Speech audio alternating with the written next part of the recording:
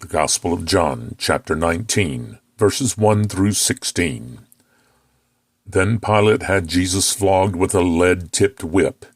The soldiers wove a crown of thorns and put it on his head, and they put a purple robe on him. "Hail, King of the Jews!" they mocked, as they slapped him across the face. Pilate went outside again and said to the people, "I'm going to bring him out to you now, but understand clearly that I find him not guilty." Then Jesus came out, wearing the crown of thorns and the purple robe. And Pilate said, "Look, here is the man." When they saw him, the leading priests and temple guards began shouting, "Crucify him! Crucify him!" "Take him yourselves and crucify him," Pilate said. "I find him not guilty." The Jewish leaders replied, "By our law he ought to die because he called himself the Son of God." When Pilate heard this, he was more frightened than ever.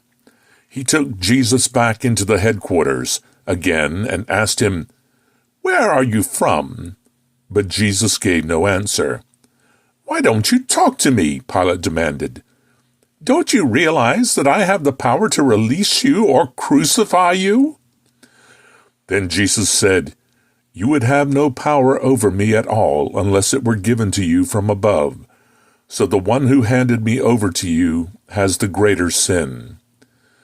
Then Pilate tried to release him, but the Jewish leaders shouted, "If you release this man, you are no friend of Caesar.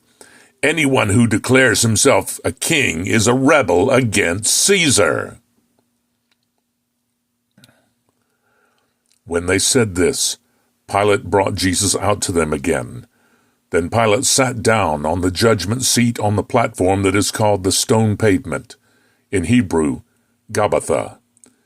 It was now about noon on the day of preparation for the Passover. And Pilate said to the people, "Look, here is your king." "Away with him!" they yelled. "Away with him! Crucify him!" "What? Crucify your king?" Pilate asked. "We have no king but Caesar," the leading priests shouted back. Then Pilate turned Jesus over to them to be crucified.